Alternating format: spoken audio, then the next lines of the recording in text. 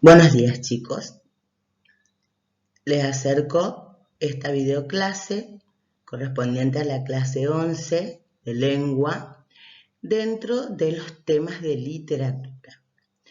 Este video, más el archivo, más las tareas, las van a poder encontrar también en el grupo de WhatsApp y en la plataforma para aquellos que ya acceden y bueno, para los que todavía no pudieron acceder a la plataforma, en el grupo de WhatsApp.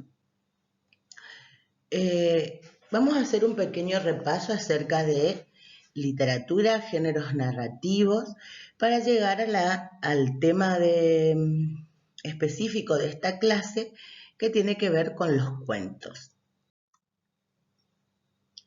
La definición de literatura, si ustedes pueden ver en el cartelito, dice: la literatura es el arte que utiliza como instrumento la palabra.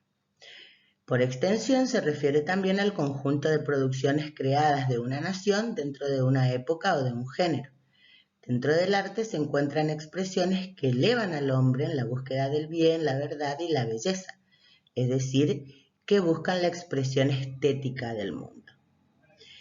Y esto ya habíamos hablado, dijimos que el ser humano expresa sus emociones de manera creativa a través del arte. Y existen distintos tipos de manifestaciones artísticas como la pintura, el cine, la escultura, la danza, la música. Y entre estas artes también está la literatura. Así como el artista plástico o el pintor utiliza lienzos, óleos, pinceles, el artista literario, el escritor, utiliza las palabras. Las obras de arte son los textos. Nada más que son textos que no son al igual que las noticias o los textos expositivos, sino que las palabras se utilizan de manera creativa, con distintas combinaciones, con estrategias trabajosas, para producir un impacto en el lector, un gusto. Hay distintos tipos de textos literarios. Esta intención de producir alguna emoción, de llamar la atención con la forma en la que está escrito y buscar la belleza, buscar que al que lee le guste, tiene que ver con la función estética, ¿sí? Y para eso el texto literario tiene determinadas características, como el uso de recursos literarios, que después los vamos a aprender específicamente cuando estudiemos poesía, aunque todos los textos literarios utilizan distintos recursos, como por ejemplo la metáfora. Cuando se le hace decir a las palabras, se le agrega un significado más allá del que nos dice el diccionario. Por ejemplo, tu luz es un farol que ilumina mi vida.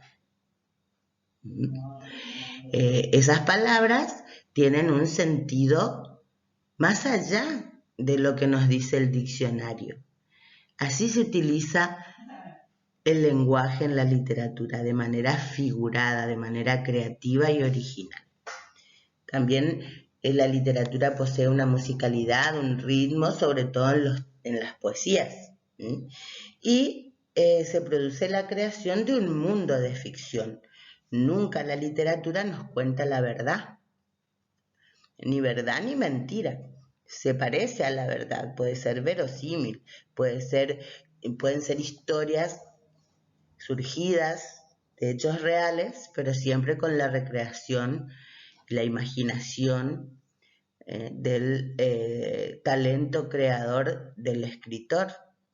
Y en el caso de la poesía, también puede surgir de sentimientos reales, pero siempre la literatura es ficción, es recreación, es la construcción de un mundo posible.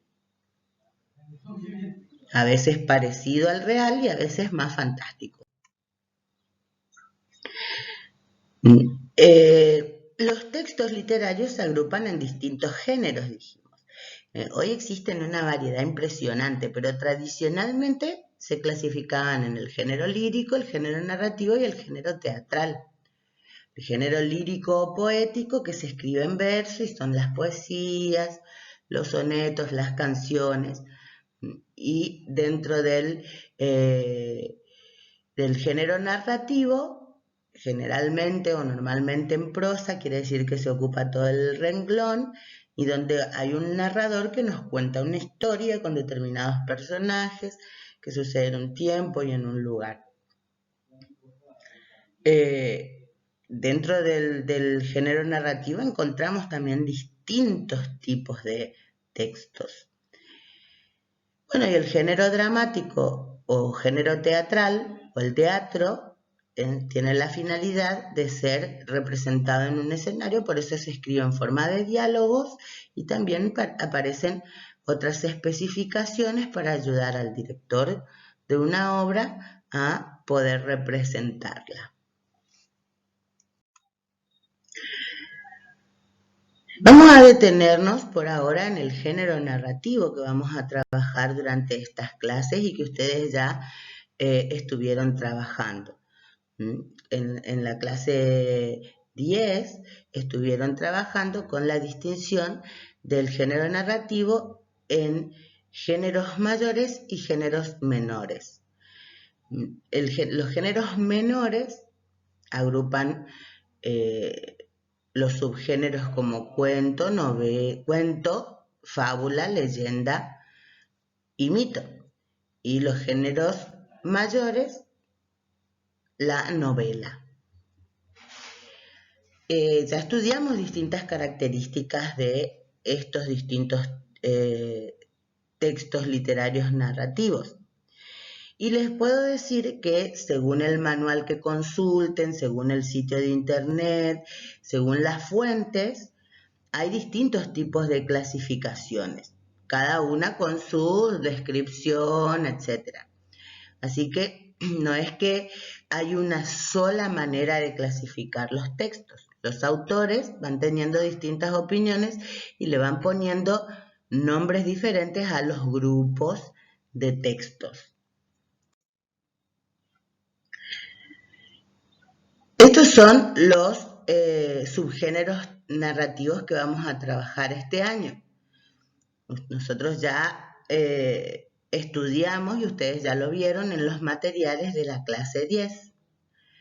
Mito, leyenda, fábula y cuento, que muchos autores los agrupan dentro de los géneros menores, por la brevedad y porque son más simples que las historias que nos cuenta, por ejemplo, una novela que se incluye dentro de los géneros mayores. Algunos autores, otros autores no trabajan con esa clasificación entre géneros mayores y géneros menores.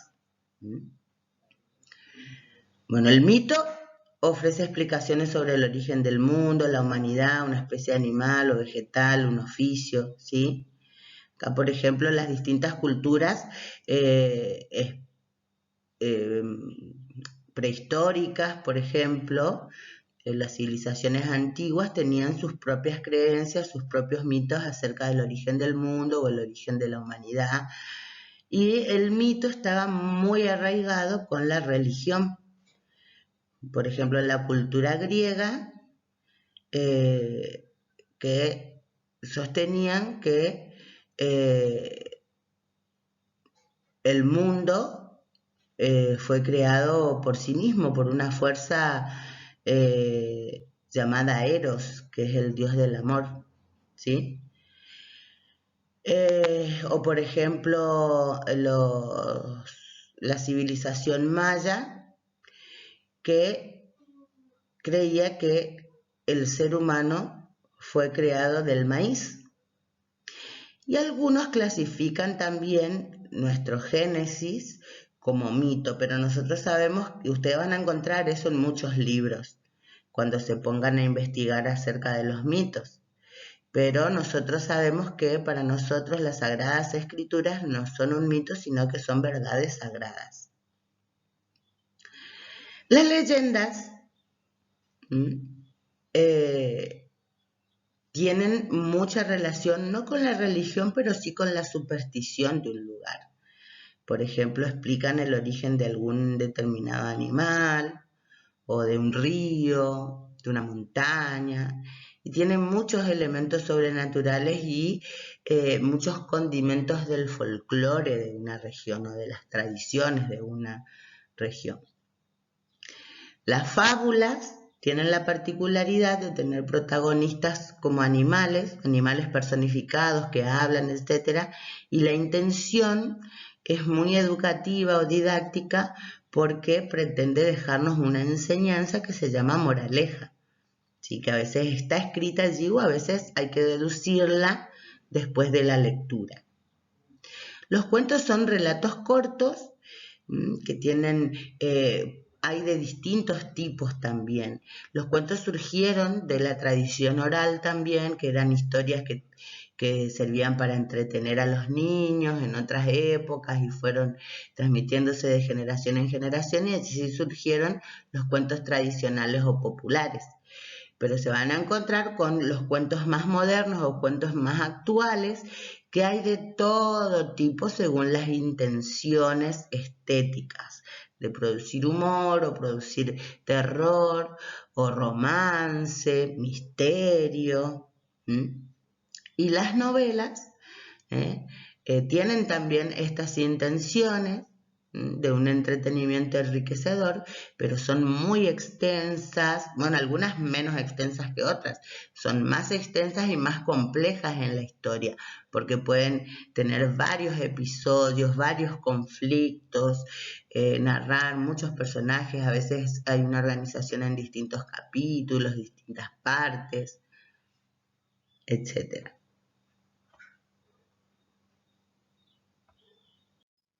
Vamos a hablar de la estructura del cuento. Hay distintas formas de estudiar las estructuras narrativas. Vamos a elegir ahora una más simple, que se organiza en introducción, desarrollo, conflicto y desenlace. Vamos a ejemplificar con una historia que ustedes conozcan, por ejemplo, la de Caperucita Roja. Había una vez una niña que vivía en un lugar muy lejano, hace mucho tiempo, en el bosque, en una cabaña, con su abuela. Esa es la introducción donde se presenta la historia.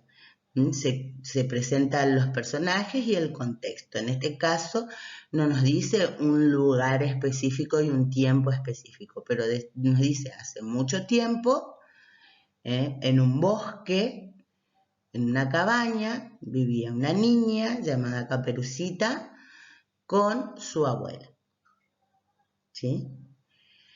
En el desarrollo se comentan las acciones de los personajes en una situación normal. Por ejemplo, Caperucita siempre llevaba alimentos a su mamá enviada por su abuela en una canasta y elegía el mismo recorrido con las indicaciones de su abuela de nunca hablar con extraños. Ese es el desarrollo. Hasta que un día, y allí ocurre algo diferente que cambia el curso normal de las cosas y donde prestamos mayor atención. Ese es el conflicto o nudo, ¿sí? Hasta que un día se detuvo a hablar con un lobo que la convenció de tomar un recorrido o un camino más corto. Bueno, y allí nos cuenta todo lo que pasa, lo que hizo el lobo, que quiso comerse a la abuelita, etc. Y terminó con la ayuda del guardabosque que rescató a estas protagonistas.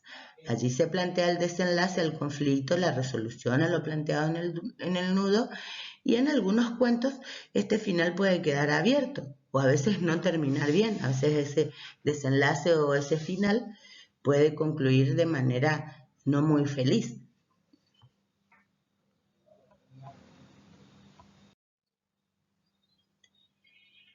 También hay distintos tipos de cuentos, ya les decía hoy, que están los populares. Hay muchas maneras de clasificarlos también. Algunos los clasifican en realistas y fantásticos, como el material que van a encontrar en el archivo de las actividades. Algunos los clasifican en tradicionales y literarios. Acá hay una clasificación general. Los populares, como el de Caperucita Roja, tenemos románticos, tenemos cuentos de terror, que no es muy aconsejable leer, de ciencia ficción, que tenemos que leer con mucha atención para ver que no influyan en nuestras creencias. También tenemos cuentos policíacos o policiales, cuentos humorísticos. Hay distinta variedad. Y vamos a ir estudiando después las características particulares de cada uno y los recursos que se utilizan en cada tipo de cuento.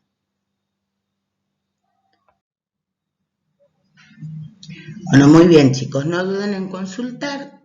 Ante cualquier duda, les sigo recomendando que se pongan al día los que están un poquito más atrasados. Lean con atención, escuchen con atención y consúltenme en todo momento cuando así lo necesitan. Vamos a hacer una oración para finalizar el video de esta clase. Vamos a inclinar los rostros. Señor Padre que estás en el cielo, creador de todos, te agradecemos por la posibilidad de seguir estudiando y encontrándonos cada vez mejor entre alumnos y profesores para, pese a las circunstancias, seguir haciendo frente a los desafíos para crecer. Te pedimos que te quedes con nosotros, nos ilumines, nos des energía, creatividad para que cada uno podamos realizar nuestros trabajos de la mejor manera. Te pedimos siempre tu compañía, sobre todo a aquellos que tienen más dificultades. En el nombre de Jesús, amén. Muy bien, chicos, hasta la próxima videoclase.